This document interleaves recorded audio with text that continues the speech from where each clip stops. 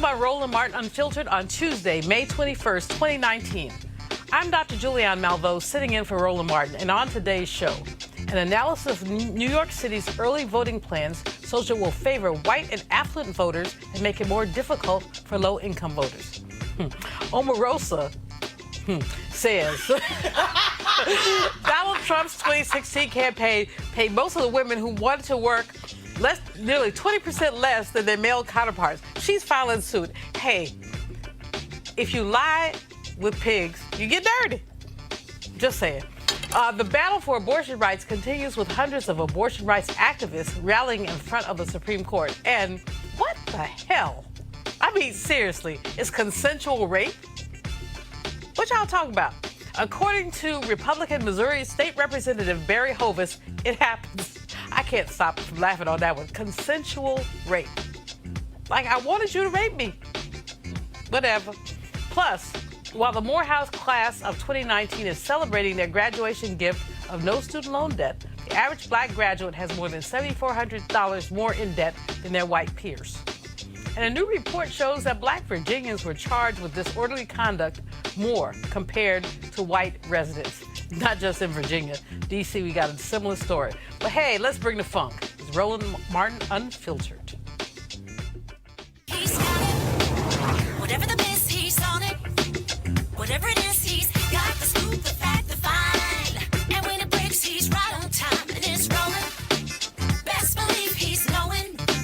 Putting it down from sports to news to politics. With entertainment just for kicks, he's rolling. Yeah, it's Uncle Roro, y'all. Yeah, it's Roland Martin. Yeah, rolling with Roland now. He's funk, he's fresh, he's real, the best. You know he's Roland Martin now.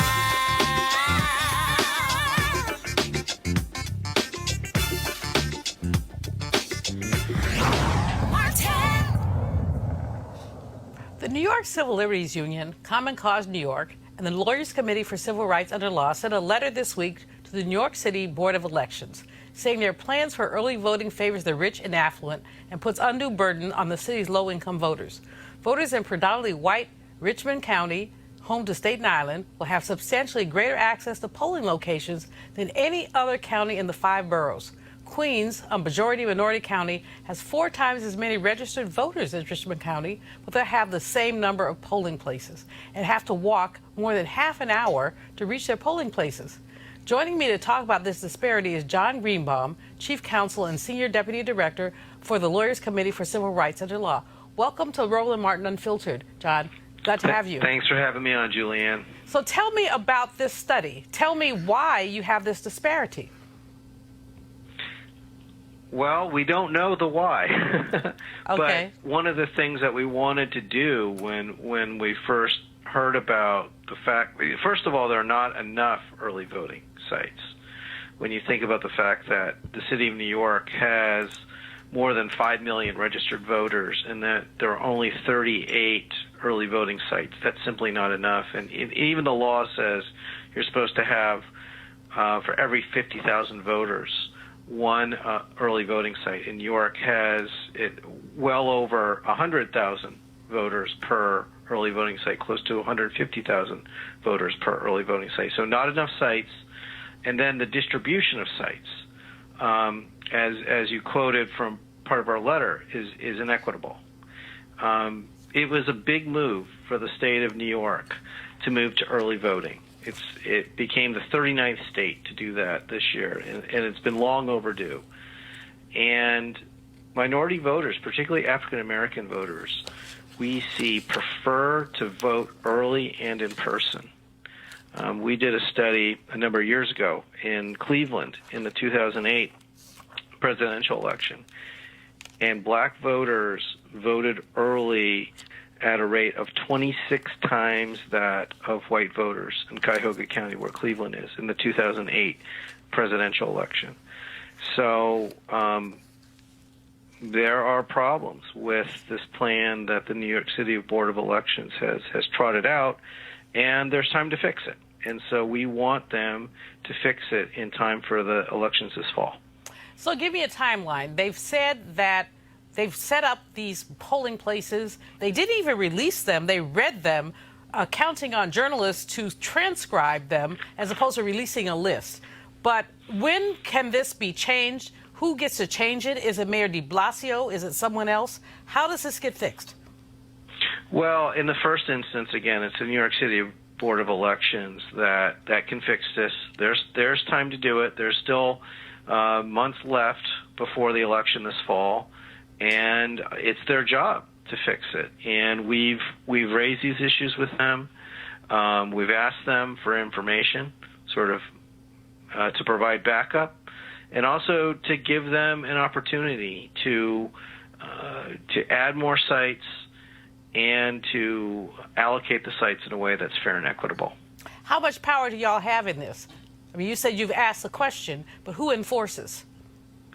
Well, it starts with the New York City Board of Elections, and if they don't remediate it, we have options available to us, including litigation. And that's something that we would definitely consider if what the board does in the end is not gonna give voters what they need. So the early voting for the primary in New York is when? It's going to be this fall. Okay, so this is challenging. You have 3 or 4 months. What you gonna do? Well, this can be done. I mean, we're going to give the board the first shot at fixing this. We've raised these issues, and of course, we're not the only ones that have raised these issues, but we formalized it in a letter. We provided some details. We're willing to work with them, and we'll see what the reaction is. And as I said, if the reaction is something less than what voters need, then we'll look at other options, including litigation. And we are certainly not afraid to sue the New York Board of Elections. We've done it before. Okay, John Greenbaum, thank you so much for being with us. We appreciate that. We appreciate your work. And joining me now on our panel is Cleo Monago. He is a social political analyst and activist. We have Malik Abdul, Vice President of the Black Conservative Confederation. Okay, and we have Kelly Bethea, communications strategist. Okay, I'm not trying to give him shade, but I always give him shade. What can I say? So, Cleo, you heard about this. This is a pattern. It's consistent with what's been happening with voter suppression at some level. What do you say? I'm glad Mr. Greenbaum and his team are going to address it, but the question I have is, why was it broke? I think it's important to unpack these situations that, particularly in this day and age, do not seem to be coincidences. What happened? Why are we playing catch up when there's been an issue like this that's been a problem for some time? So I want to know what broke it and what occurred, because you cannot fix something on a permanent basis if you don't realize what led to it in the first place. It can default back into the same situation. So Exactly. that's my concern. Malik, your people are the ones who are doing this voter suppression. Your people. What happened? What city did this happen in again? It did happen, but I'm just saying, your people have been consistently. Let me have your thought. Let me not diss you. Let me just have your thought. And y'all's people, New York City, the bastion of liberalism, this is something that is happening in New York City. Just as I said, whether it's happening in a conservative state or in this case, New York City, these things shouldn't happen. What the guy was, the previous... John Greenbaum, John yes. Greenbaum, yes. What he was talking about as far as just the availability of polling places and things like that, these things should be bipartisan. There should be, no political leanings when we're talking about people having access. But it's beyond bipartisan. It also should be absent of class. This absolutely. is clearly, Staten Island, Queens, white people, Manhattan, Bronx, black people, brown people. So when you have the same number of polling places in a place where you have fewer people than this other place, you're sure to say, I'm gonna make it easier for you and more difficult for you. Yeah, it's hard to say that there's any equity in that. It's hard to even defend it, at all. So I commend you for not defending it. Kelly. No, I agree with my panelists here. When Greenbaum mentioned, or answered rather, why things are the way they are, and he's like, we don't know why. I think we know why. Yeah. I mean, it's We don't pretty know. clear. We why. always know why. We always know why. And I just wish that, I understand that he's leading the effort and is commendable, absolutely. But at the same time, I wish somebody of a lighter hue would just, admit that it's because of systemic racism, because that's what it is. Well, it's race and class in this case. Both. It is definitely both. But in terms of this particular city, like, the class and the race is almost synonymous with each other given the demographics and where people live. So, And how much money? And how much? Who makes what money? Right. Yeah. And who pulls what political strings? Yeah, I just wish that he would just say, hey, it's traces of, some systemic racist crap that we've been dealing with Right. for 400 And years that, now. and like I said earlier, that he won't articulate it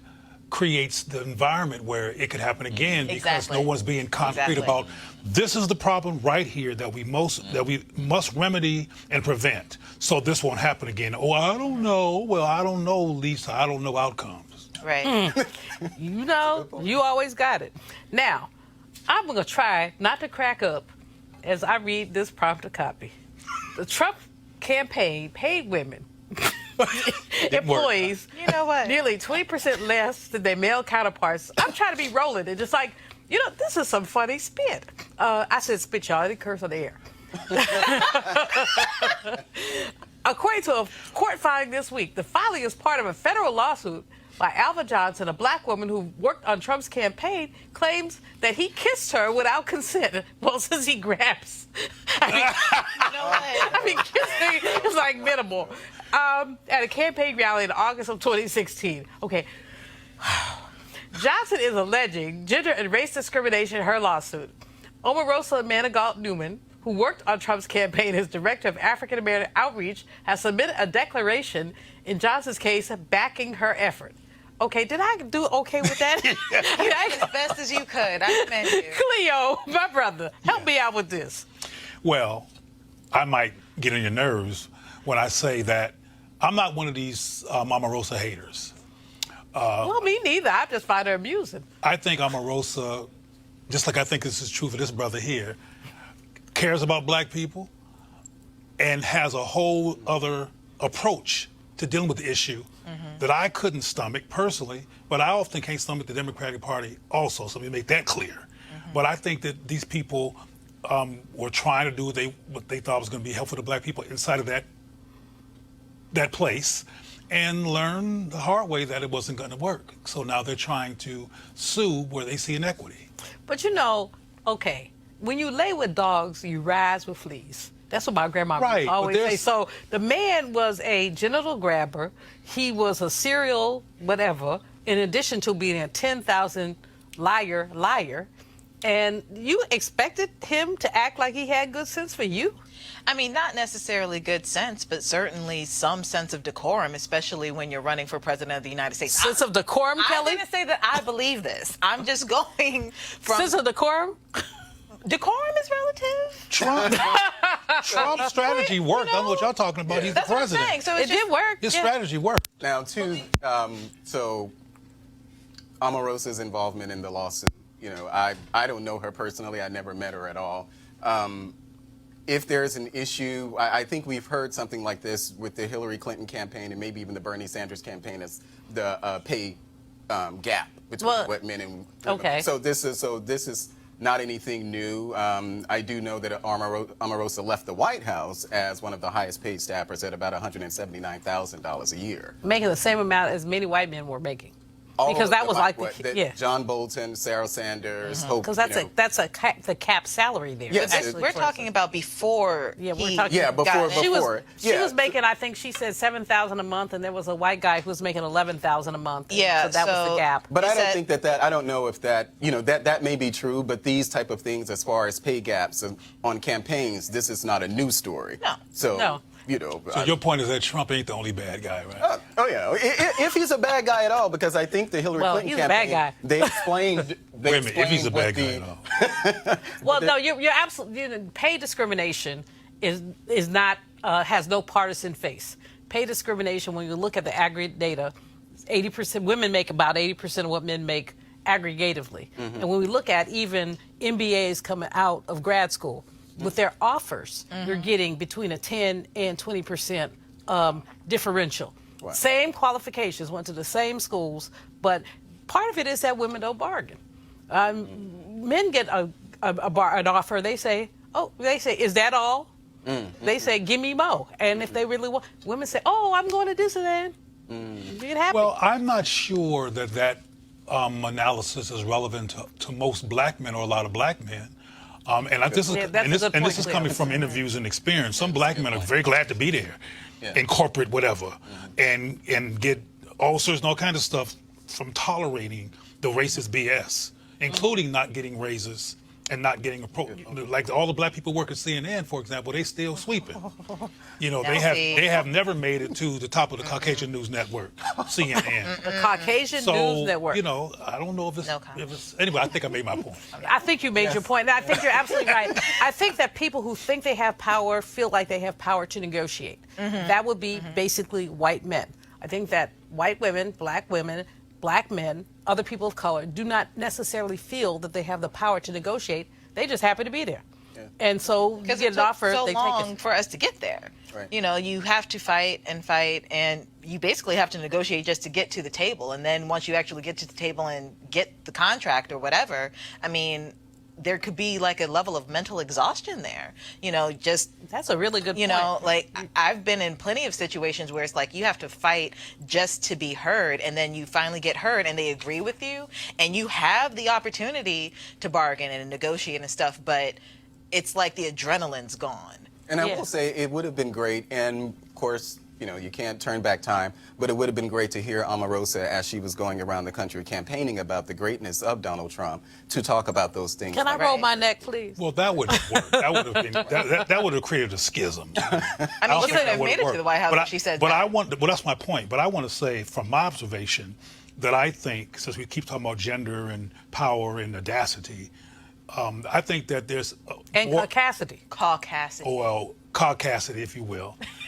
I think there's more white women who are willing to bargain than black men. Well, of course. Yeah, I think you're probably right. I remember, you know, I'm old, so I remember back in the day there was a cover of Black Enterprise in the 80s. It had a white woman and a black man arm wrestling. And my point was, where the black woman? Probably laying on the ground somewhere because she wasn't even being considered. And when you look at wages, white men at the top, white women, black men, almost equivalent, and then black women at the bottom. So white women are the mothers, daughters, sisters, and wives of the white men who are in charge. Exactly. And they therefore are empowered. African American men, when they're able to make that testosterone connection, when they're able, which is not always, are able to do something, but many are not. Yeah, sometimes testosterone is interrupted by social castration. Ooh, Cleo Monago, I'm not fooling with you today. I'm not fooling. He throws it down. We're going to move on. At castration, I don't know. I've been doing this research on lynching, so you got me there. Abortion rights activists, including Democrats who want the party presidential nomination in 2020, rallied at the Supreme Court on Tuesday to protest new restrictions on abortion passed by Republican-dominated legislatures in 8 states. Alabama passed an outright ban last week, including for pregnancies resulting from rape or incest, unless a woman's life is in danger. Other states, including Ohio and Georgia, have banned abortions absent a medical emergency after 6 weeks of pregnancy or after the fetus's heartbeat can be determined, which may happen even before a woman realizes she is pregnant. And Democratic Louisiana Governor John Edwards has signaled his support for an anti-abortion bill that will ban the procedure after 6 weeks. Here's what some of the folks at the rally had to say. This is a day in America where we must understand there can be no neutrality. Do you stand with freedom or do you stand with tyranny? Do you stand with self-determination or do you stand with the kind of laws that take away liberty, that take away freedom, that take away your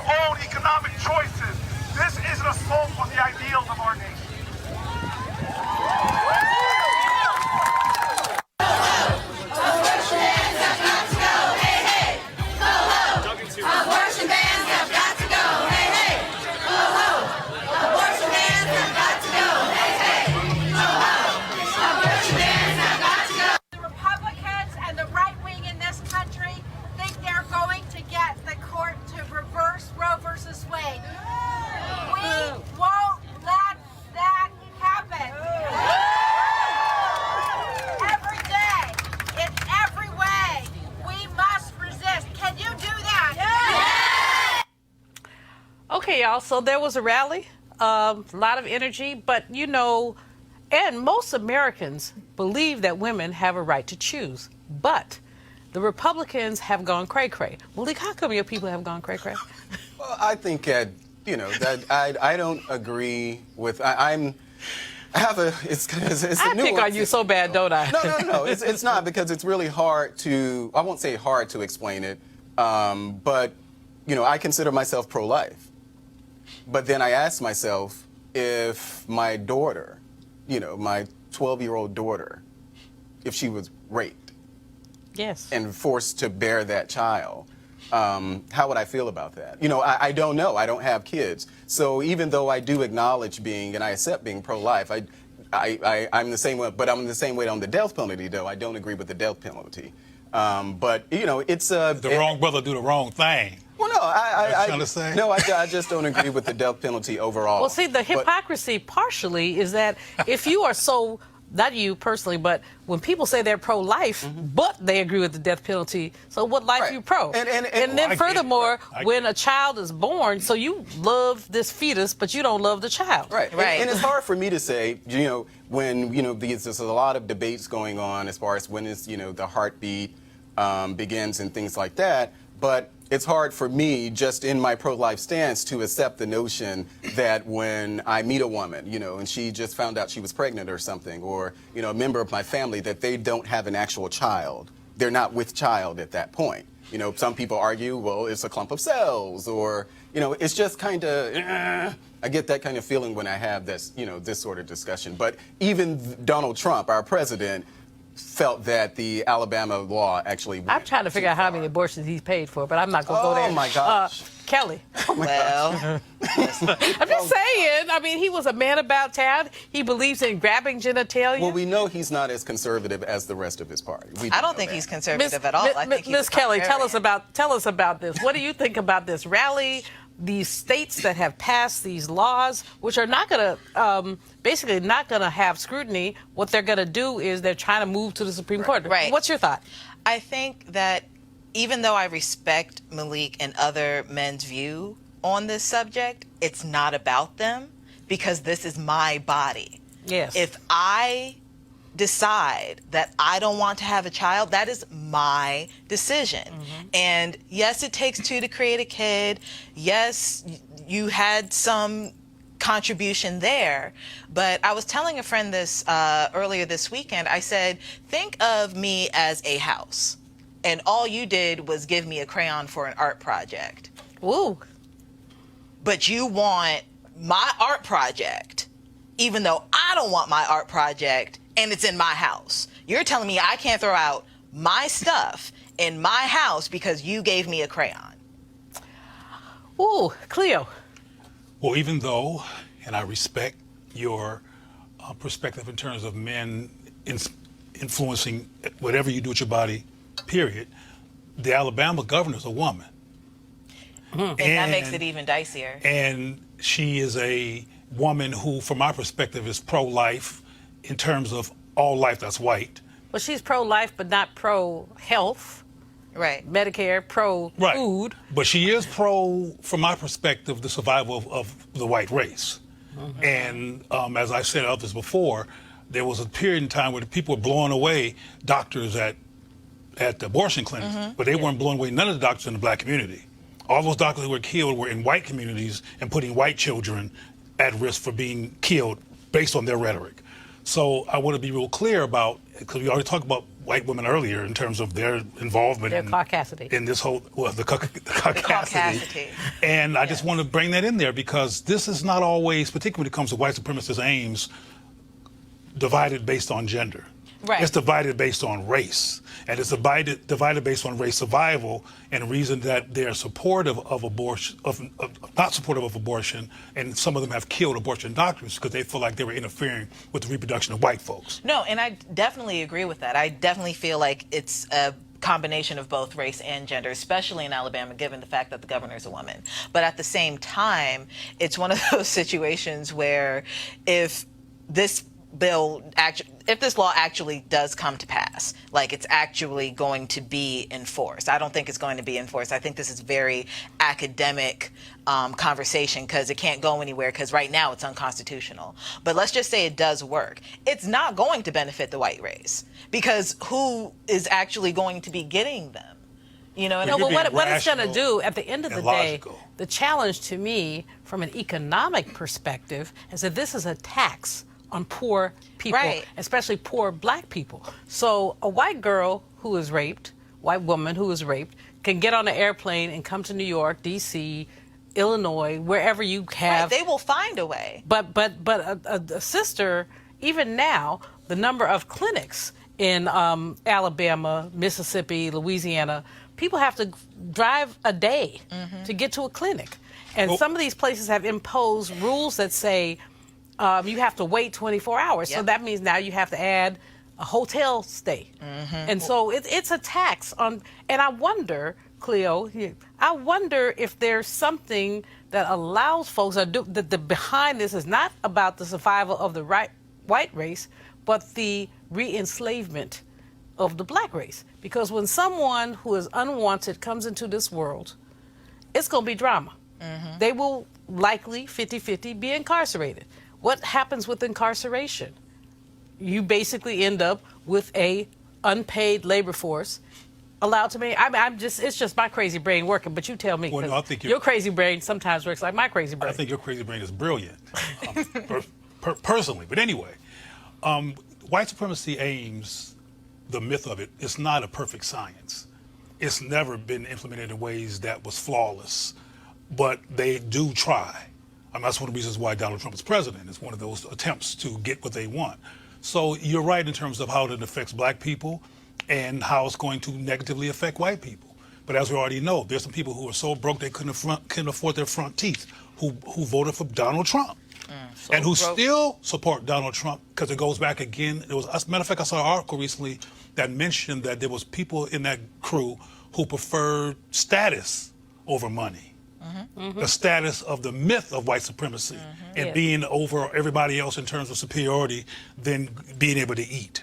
That fractured ego issue is very, very significant here. There's a book out now called Dying from Whiteness, where it's white folks who would prefer to die than have us have health insurance. Well, I just want to say that there are a lot of poor people with no teeth in their mouth who vote Democrat and have been doing so for years. I just wanted to make that clarification. That was a very specious point. Well, I'm just saying, It because is. if we're talking about It is. specific policies, then we can look at the policies in many of our cities, many of our inner cities, where there's poverty, poor education, crime, But let's and not- all of these things, and they continue to vote Democrat. Let's So not it's miss, not. let's not miss the point that's being diverted. No, I by get But that he's going to point. miss the point because he misses point. Kelly. That's not. Kelly. I mean, I think I pretty much made my point earlier.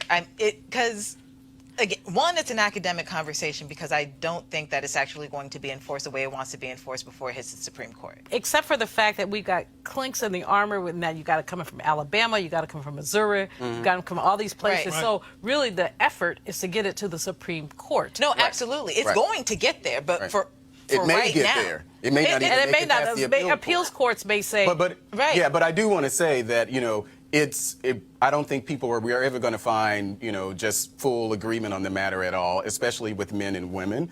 But for me personally, if something is mine, it's hard for me to accept that someone tells me that, just because, I'm the one who's carrying it, so I don't have the same level of input as to what well, no, happens you to don't. the child. You know what? Yeah. Yeah. Here's the bottom line, y'all. If you don't like abortion, don't have one.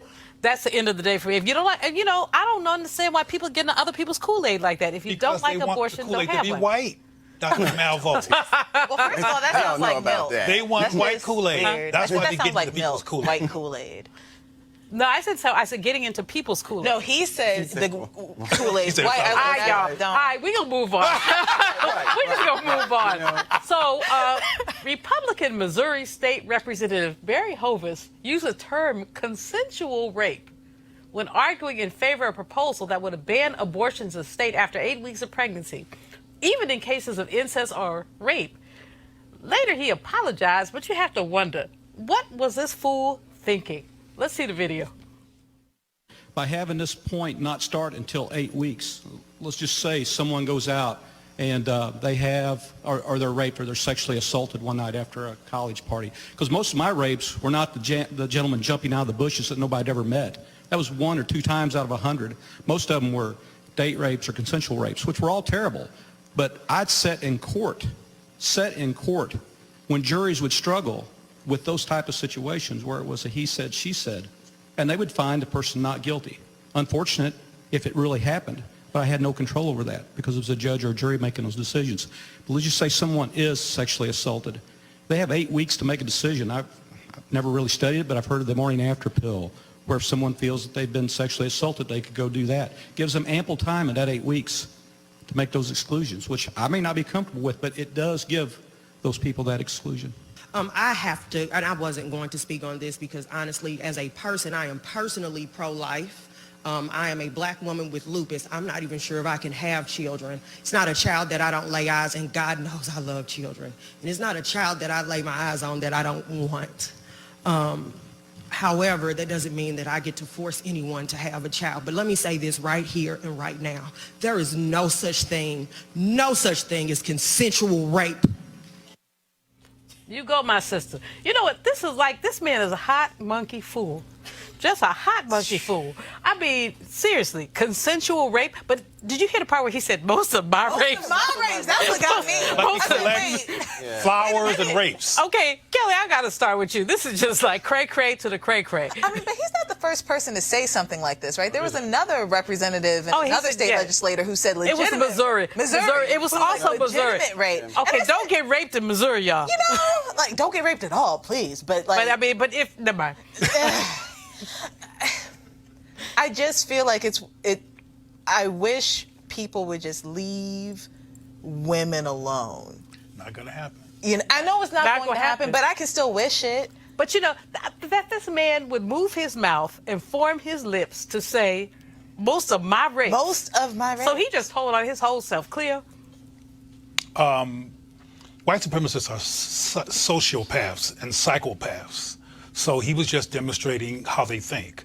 What I hope people don't get played by is his apology. Because people apologize for CYA purposes. Y'all know what CYA means, right? Because Asians, no, I'm just kidding. It means covering your... We got it. We got it. Cover your hind parts. Cover your hind parts. CYB or HS, something. But anyway, the bottom line is that what these people say, like I think James Baldwin said, or someone said, don't watch what they do, watch what they say. Or watch what they say. One of them's cliches. Bottom line is that the man expressed this, and I'm glad the sister corrected him, but he said what he felt. And there's other people who feel that way. Well, his apology wasn't even a real apology. He said he meant to say, quote, date rape or consensual or rape, rather than consensual rape. He shouldn't even say that. But he said, it's my apology if I didn't say or enunciate the word or. I said, that doesn't help you. That doesn't help you at all. Malik, come on. We've been here before. We've been it's here your people before. too, by the way. Well, I don't think it has anything to do with people. I think it's just I think it's a man thing. I think it's more so a gender thing than it is a race thing. Men being able to articulate certain points of view. So you just told me all men crazy? I'll accept him. If he say he's misspoke. You know, we've had many instances where people say that, they say something and then they say they misspoke and they come back and apologize for it. What he said, it was ridiculous on his face. It makes absolutely no sense. We all know that. Do we? Well, of course we all. Well, we should hope that no one believes that something like consensual. But he said it. I don't he said it, and his apology was specious. But we have people. It had nothing to do. We have people who make these half ASS apologies for things that they should not have said. So I'll accept him for saying, okay, well, he doesn't really mean that there's a thing. There are men who think they should rule over women. Yeah, absolutely. And that they should But it have. doesn't mean that he's one. It doesn't matter what the woman wants. Because he said that. Because of the fact it doesn't matter what the woman wants. It cannot be rape. Because her perspective and her resistance is irrelevant. And there's no such and I think we should illuminate that kind of thinking and not let somebody off the hook who thinks like this just because they... With a half-behind apology. Yeah, With a half-behind apology. You know what, y'all? We could argue this one. Because I just want to get a slice of that dude. I mean, I would love to be in a small room with him Never mind. I was told by my nephew that I'm over 60 and I'm not supposed to brawl with people no more. Who said? One of my nephews, he said, you know, your bones are brittle, Auntie. Stop threatening people. You take some calcium and just knock them one good time. There you go. Like, there you go. We're I gonna got take you. Okay, you got my back. We're going to do it. We're going to roll it. We're going to take a quick break, and we're going to come right back. Just a quick break. You want to check out Roland Martin Unfiltered? YouTube.com/Roland S. Martin. Subscribe to our YouTube channel. There's only one daily digital show out here that keeps it black and keep it real. It's Roland Martin Unfiltered. See that name right there? Roland Martin Unfiltered. Like, share, and subscribe to our YouTube channel. That's YouTube.com/Roland S. Martin. And don't forget to turn on your notifications so when we go live, you'll know it. So it's commencement season at HBCUs around the country, and the speakers left them with some powerful messages. None quite as powerful as the one Robert Smith left with the Morehouse class of 2019, his class, he said, by paying off their student loans. Here are some of our favorites. Don't accept what others put on you. Project what is in you to be and live up to the dreams in your head about who you can be. You wouldn't have a dream if it was not possible for you to make it come true.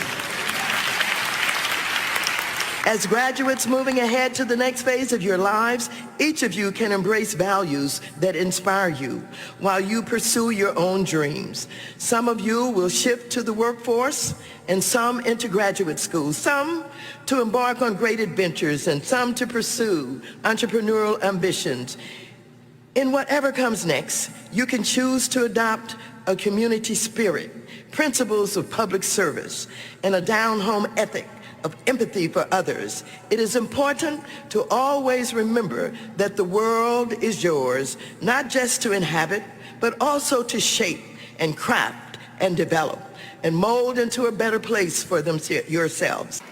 Spelman College class of 2019, as women who have made the choice to change the world, know that when you use your voice, there will be many who will try and silence you because they refuse to see you. They will try and silence you because they are in disbelief of the power within you. They will try and silence you because they are afraid of you. They will try and silence you simply because they do not value or understand you. In response, use your curiosity to seek the truth and your intellect to dissect the difficult. Use your strength to dismantle systems of oppression and your inner beauty to attract goodwill.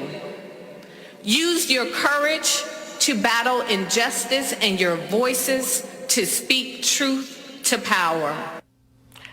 These young people are moving into their future at a time when the student loan has risen to the forefront of the national conversation. Democratic presidential candidates have been placing affordable college front and center in their campaigns. Americans currently owe almost $1.6 trillion in student loan debt, more than auto loans or credit card debt. An average African-American graduate has $7,400 more in debt than their white peers, and the debt continues for years after they graduate. Joining me to talk about the issue is Dr. Lawrence Potter. He is the Chief Academic Officer and Provost at the University of the District of Columbia. Welcome, Dr. Potter. Thank you for having me, Dr. Malveaux. So you saw your commencement, and we had a wonderful time there with Dr. Maxine and Dr. Reverend Jackson, 42 times Dr. Reverend Jesse Lewis Jackson. They both gave a charge to young people, but this debt issue is an issue that isn't going to go away. What's your perspective? Well, I think we have to fully understand that, number one, African Americans are not born with intergenerational wealth. And so the very act of a Robert Smith paying off the debt for African Americans in the 21st century is not simply paying it forward, he is simply honoring the cause. If you look at most of the institutions in this country, it's quite pricey. And when you compare public versus private education, right here in the university, in the city of of the District of Columbia, there's only one public institution. And when you think about the founding of this particular district and the opportunities to access, it's very clear to me in the 21st century that if we're going to level the playing field, if equity is going to be part of the manifesto, then people are going to have to step up. And that's just what Robert Smith did. He stepped up to the plate to honor the cause. But even if a dozen Robert Smiths stepped up, that $1.6 trillion in student loan debt, they can't chip away at. What should happen from a public policy perspective to get rid of this debt? So I think that there are a couple of things. We need to really think about how we view higher education in terms of a 21st century model, right? It was not designed for us. And so when you consider the shifting demographics, when we talk about parity, higher ed for me means that we're going to have to think about multiple kinds of ways in which students have access to achieve their career ideas or their career goals. And the reality is that that doesn't always equate to a baccalaureate degree. There are credentials. We can do stackable credentials. Individuals in today's world are able to make a whole lot of meaning out of life with passion in a job. And so it's not just about being a doctor or an attorney, but it's really about rethinking higher ed and putting the offerings out there and creating opportunities for young people to be able to amass what it is that they think that they want to do. One of the things about UDC that's exciting is that it is a public institution, so students are not taking out the same kind of debt that they might take out at a Howard or a more, at our private institutions. You also have several paths to success. Talk a little bit about that. Sure. There are 3 doors of entry at the University of the District of Columbia. We have workforce development, we have our community college, which is a branch campus of the main campus, and then of course we have the traditional aged undergraduate programs that lead through a master's and a doctoral degrees. The reality is that our workforce development or lifelong learning programs are free to residents of the district. So we are subsidizing that. And those programs are continuing education units. It allows individuals to kind of off-ramp, on-ramp, to continue to better themselves in their career paths. At our 2-year college, we do a whole lot of things with respect to pathways into 4-year degrees. So an associate's in nursing, or there may be a general education degree in STEM that leads to biology or chemistry and mathematics. And then at the 4-year campus, the cost is phenomenal. Students can attend the University of the District of Columbia depending on their credit hours and where they come from, anywhere from $5,000 to $10,000 a year. So they're not as strapped with the debt. But I think the significant piece is the clientele that we serve. Most of our students are first generation. They're not the traditional 18 to 22-year-olds. We have a lot of returning learners in the district coming back because they've had to stop out for whatever reason. And so when you think about the average age of the student at the University of the District of Columbia, it's 28. And so we're having to meet needs in a more defined, more creative way. Now, Dr. Potter, the Higher Education Act they're looking at reauthorization of that act. What would you like to see in the reauthorization? Honestly, when I think about first-generation college students, I want to see an increase in Pell. And some are Pell, quite frankly, because our students have to go to school year-round.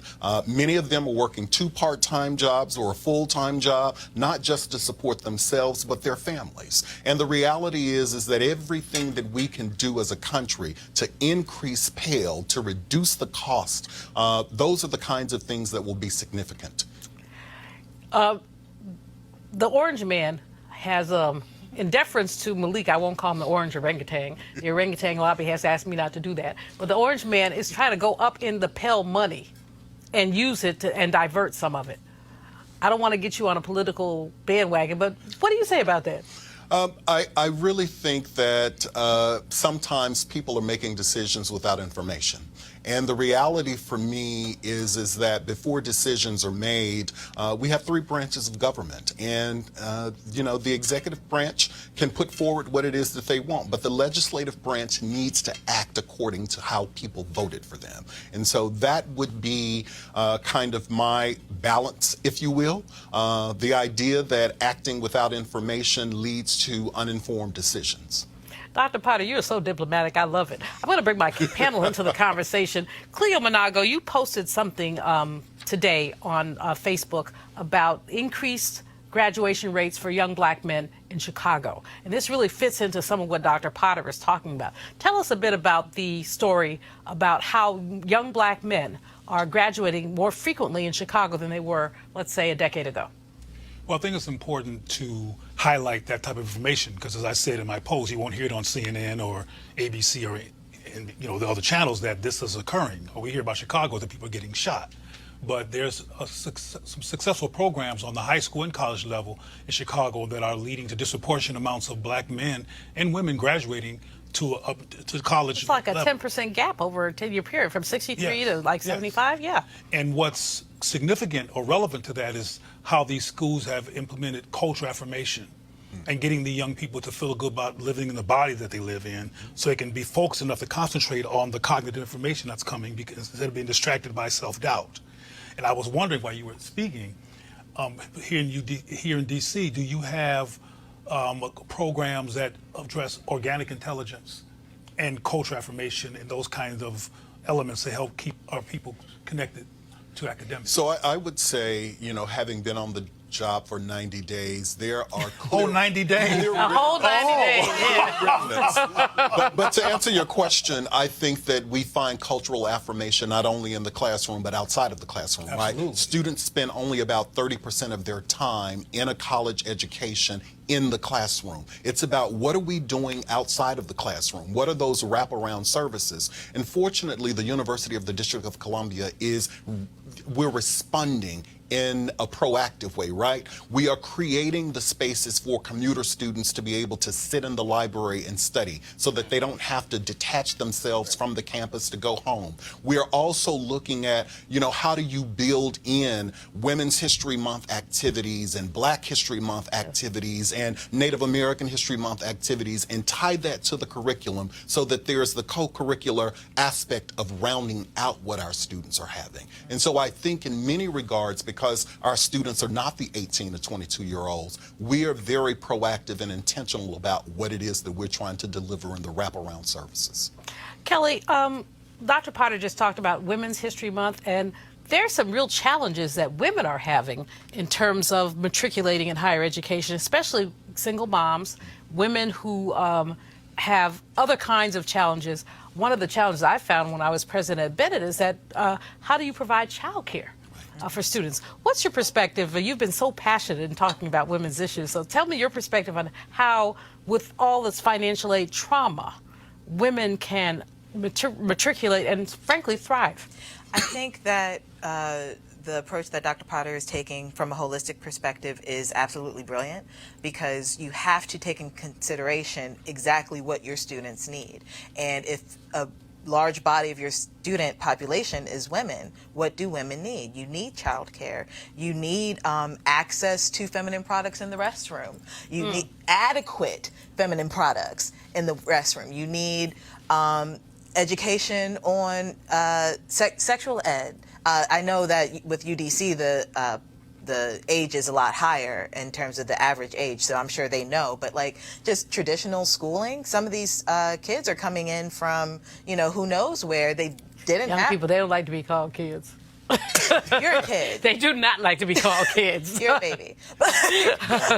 Young adults, I apologize. But at the same time, nevertheless, even though they did just come through K through 12, a lot of them don't know about their own bodies yet, and this is actually the prime time that they're about to go explore them. So having the resources to feel safe enough to ask those questions to somebody who knows what they're talking about, that's definitely something that women could benefit from. I would also encourage, self-care techniques. I know a lot of young women who were in undergrad, at least when I was there, dealt with depression, dealt with, some really traumatic things, including rape and molestation and things like that. Having a safe space to talk about those things on top of, more curricula about women, that's definitely something that could be taken into consideration.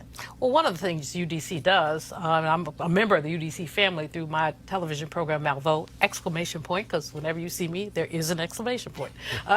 True.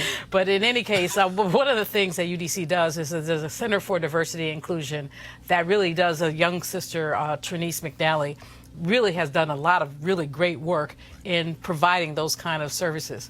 Now, Malik, you and Dr. Potter are homeboys. Yes. So Mississippi, even went to college together in Alabama. Well, I have to say, just right off the bat, that we are so proud of you. Well, thank you. We are so proud of you.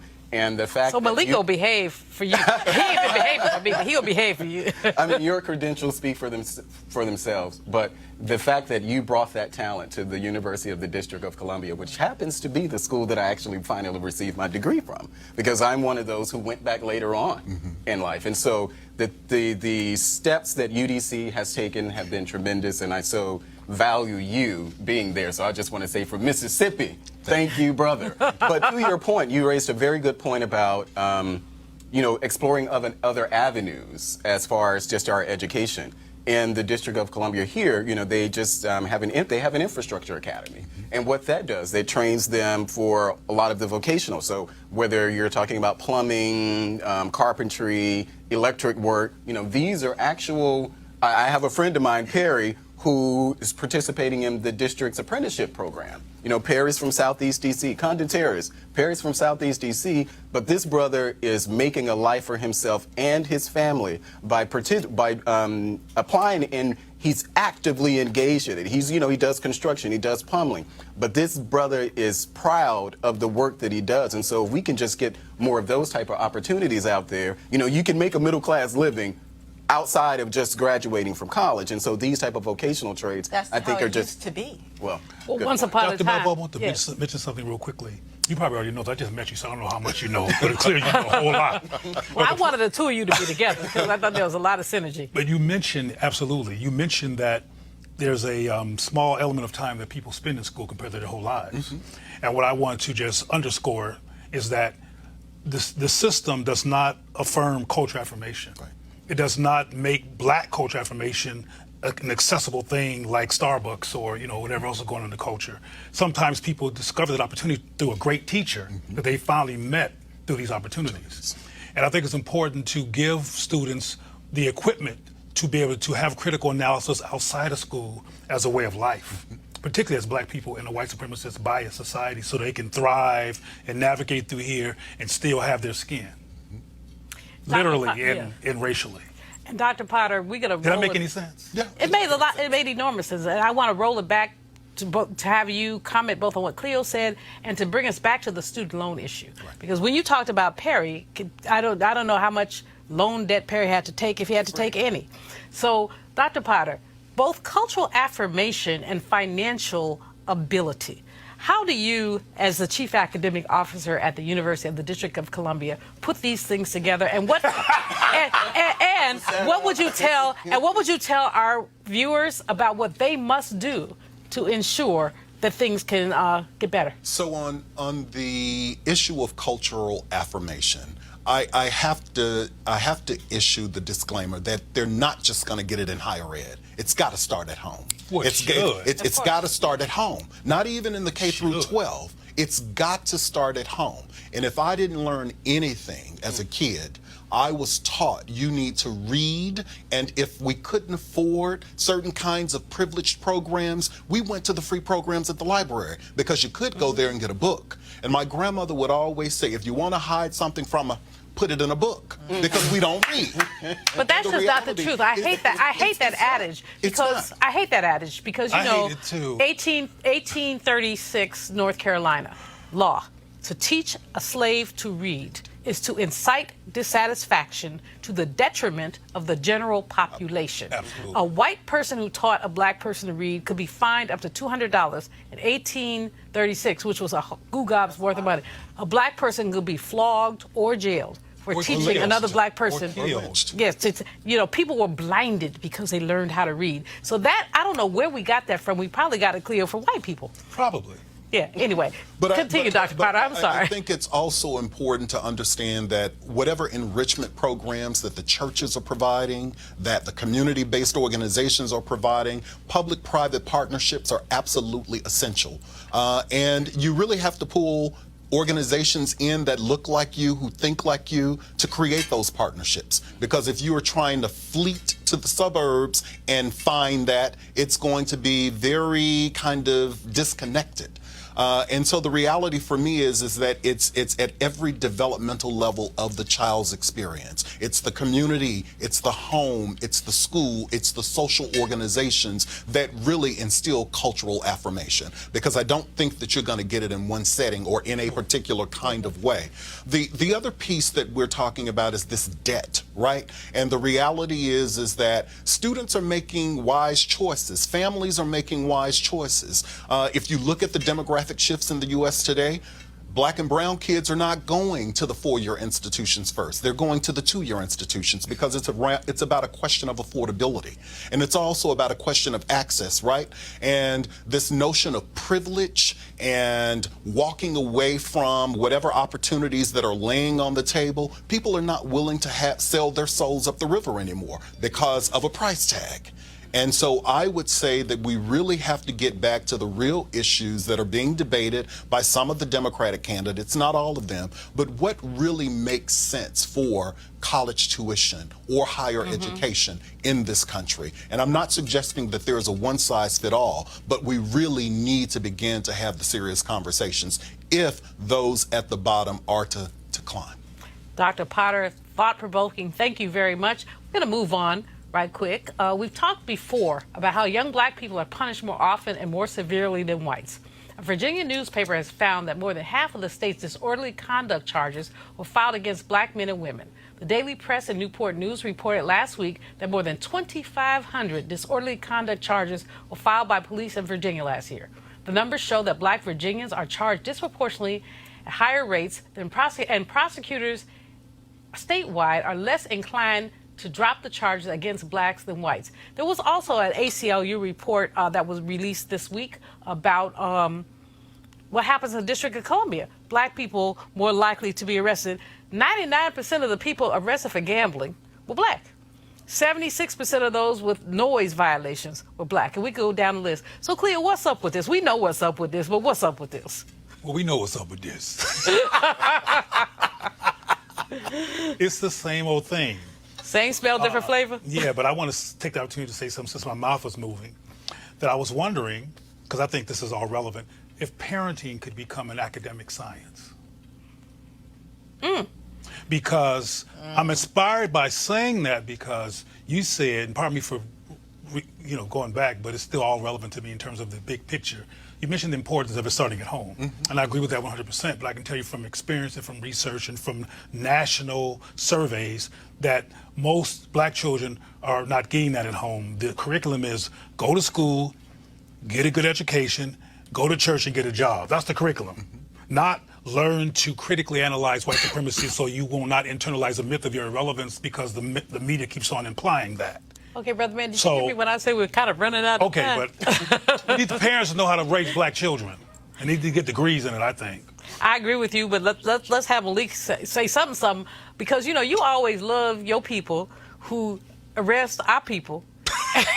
And in Virginia, they've shown it. In D.C., they've shown it. Disproportionately arrest of black people. What you got to say? Well, and I'm glad you brought up D.C. because, of course, Republicans don't run D.C. And you just had to say that, didn't you? Well, I'm just saying, these problems, when we're talking about the police department though now, right? But police departments around the nation, I don't think that there is any distinction between how they police themselves here in D.C. versus Virginia or Kentucky or any of the other places. Whatever whatever statistics or data that's out there as far as the violence on black bodies, it's not isolated to any particular city. So it obviously is something that we need to continue to address. And a lot of that is locally, but whatever the federal government can do at its level, then they should continue to do that too. I'm not sure that under the Orange Man, the federal government is going to do anything useful about arresting disparities. But Kelly, what do you think? I think that water is wet when you talk about Virginia having, an upsurge in disorderly conduct. People really forgot, I think, because you have articles like this and it feels like people forgot, Virginia was the home of the capital of the Confederacy. So why do you think that just because Northern Virginia got a lot of diversity doesn't mean the rest of that upside down triangle looking state has, doesn't have racial problems? So for me, when I heard about this, I was just like, okay, what's the solution? Exactly. What is the solution? And if you don't have a solution, then why write the article?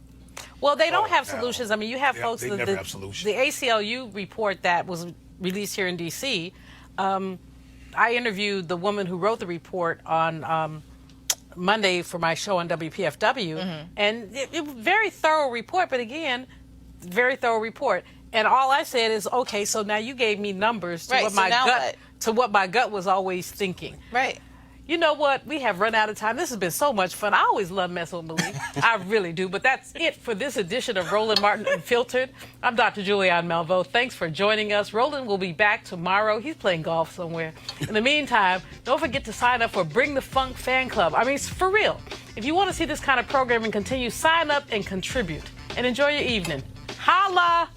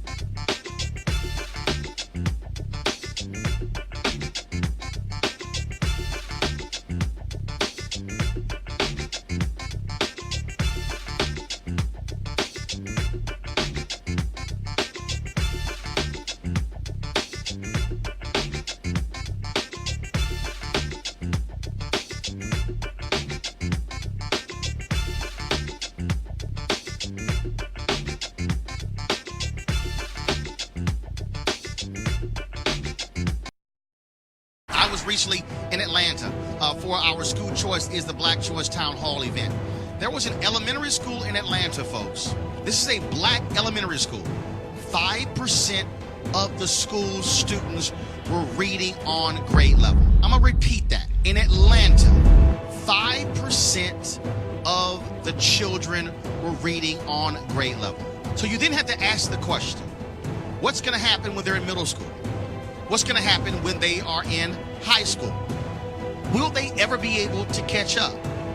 Will they be consigned for the entire life of being behind?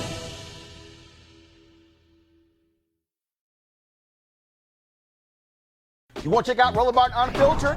YouTube.com/Roland S. Martin. And subscribe to our YouTube channel. There's only one daily digital show out here that keeps it black and keep it real. It's Roland Martin Unfiltered. See that name right there?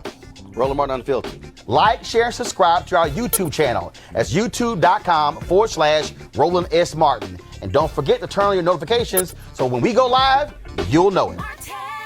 Hey fam, want to check out Roland Martin Unfiltered? The blackest show on all of digital, cable, and broadcast. Check out our audio podcast.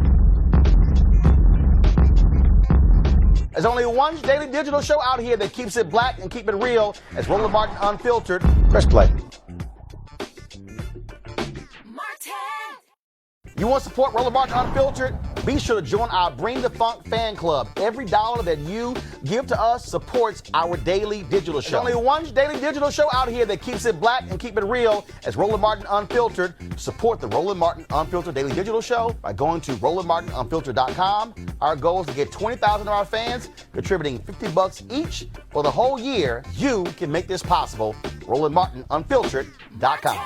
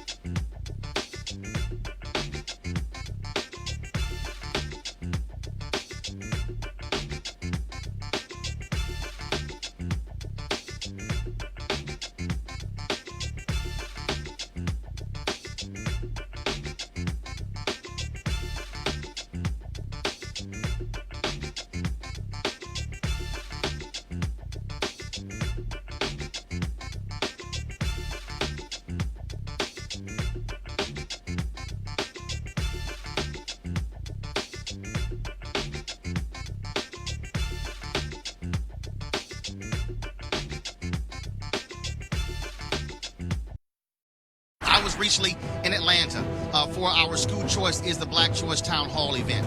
There was an elementary school in Atlanta, folks. This is a black elementary school.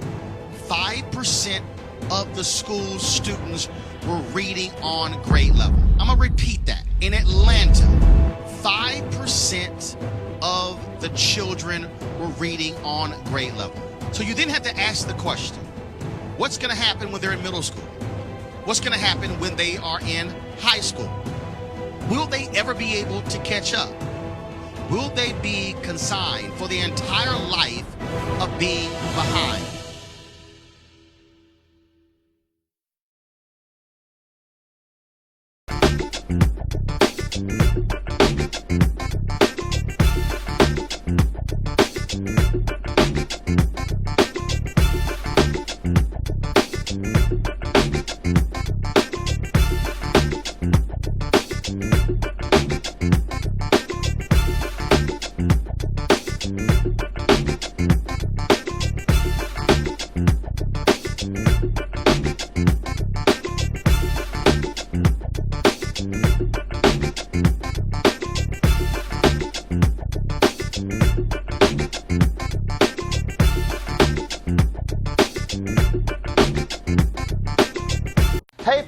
Check out Roland Martin Unfiltered, the blackest show on all of digital, cable, and broadcast. Check out our audio podcast. There's only one daily digital show out here that keeps it black and keep it real. It's Roland Martin Unfiltered. Press play. You want to support Roland Martin Unfiltered? Be sure to join our Bring the Funk fan club. Every dollar that you give to us supports our daily digital show. There's only one daily digital show out here that keeps it black and keep it real. It's Roland Martin Unfiltered. Support the Roland Martin Unfiltered daily digital show by going to RolandMartinUnfiltered.com. Our goal is to get 20,000 of our fans contributing $50 each for the whole year. You can make this possible. RolandMartinUnfiltered.com.